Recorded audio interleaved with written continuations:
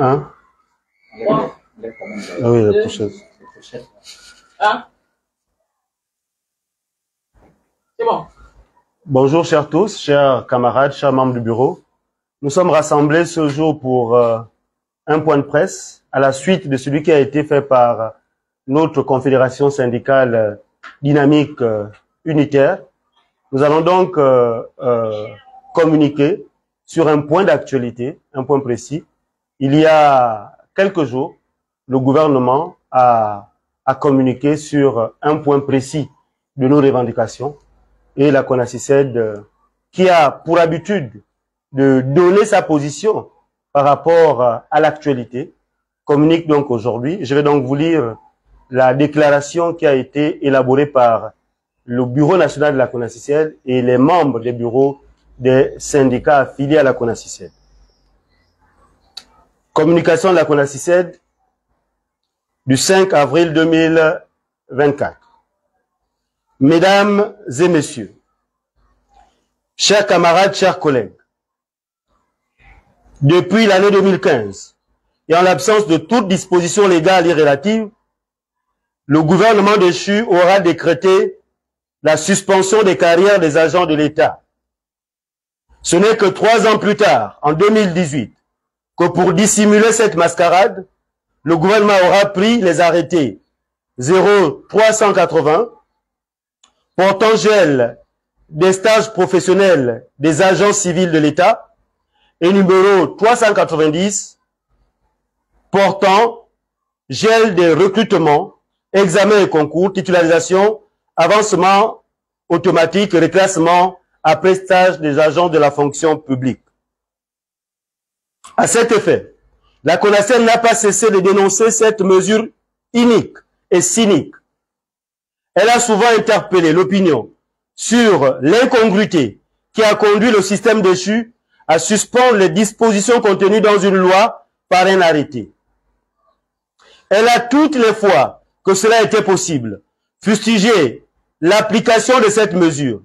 La CONACYCED avait, à cette époque, saisi la Cour constitutionnelle qui avait déclaré cet arrêté illégal. Comme on peut le constater, et pendant toutes ces années, les agents publics ont été privés de leurs droits de manière illégale. Les tentatives de mobilisation de nos organisations ont été étouffées par les tout-puissants membres du système Bongo PDG et leurs nombreux alliés tapis dans l'administration et dans certaines organisations syndicales. Pour justifier leur forfaiture, le mot d'ordre de l'époque était que le pays n'avait pas d'argent. Pendant que celui-ci servait à enrichir certains privilégiés du système et à faire toute autre chose, sauf résoudre les problèmes des agents de l'État. Pour rappel, l'article 78 de la loi 1/2005 portant statut général de la fonction publique dispose: l'agent public a droit, après service fait, à une juste rémunération. La rémunération comprend le solde, la solde indiciaire, les indemnités et les primes. La CONACYCED estime que cette juste rémunération n'est possible que par la régularisation des situations administratives et financières. Il s'agit des intégrations, des titularisations, des reclassements après stage, des avancements automatiques.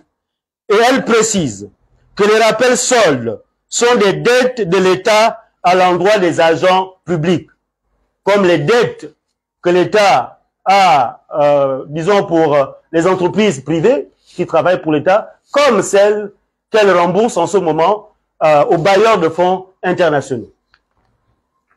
Mesdames et messieurs, après le coup du salut du 30 août 2023, les travailleurs et les responsables des organisations syndicales s'en sont réjouis, dans l'espoir légitime que cet acte couronnerait enfin l'essor vers de meilleures conditions de vie et de travail.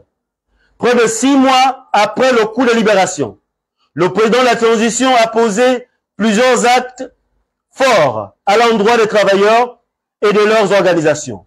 L'octroi de 1000 postes budgétaires au secteur éducation, ainsi que le dégel de la mesure suspensive de la régularisation des situations administratives.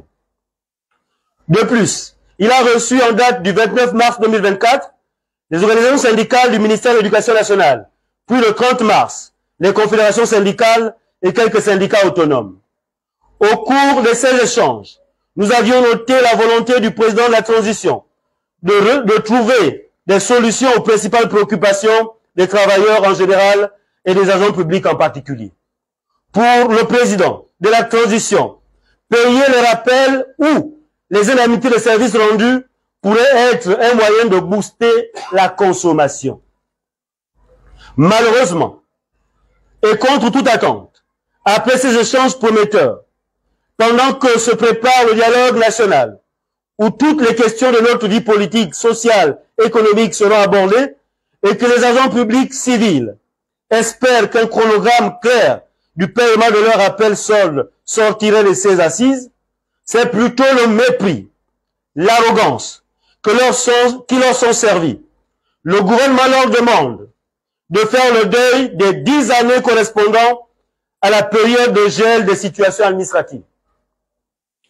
En outre, la CONACEL rappelle aux nouvelles autorités gabonaises que les agents publics en général et ceux membres de nos organisations en particulier ne sont en rien responsables du gouffre financier dans lequel se trouve le pays aujourd'hui.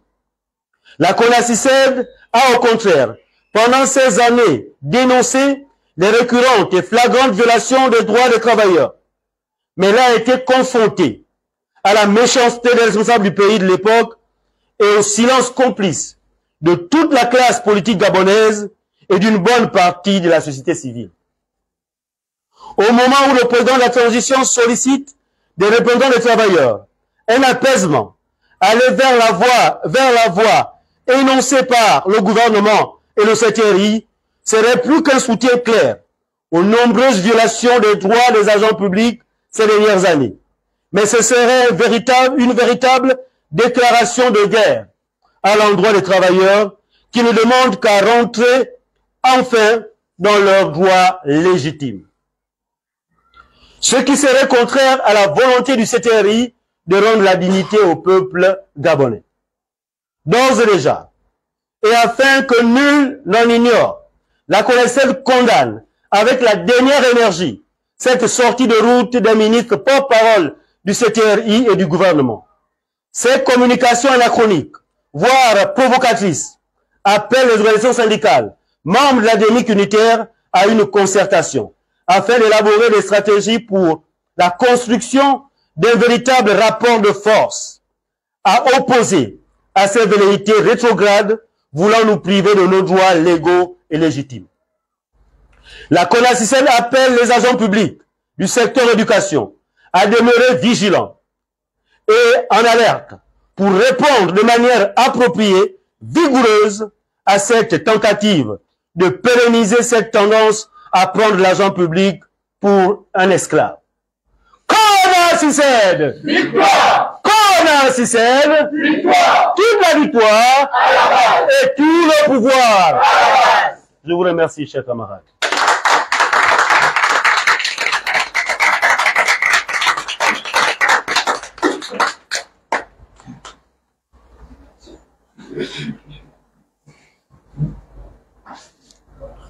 C'est bon?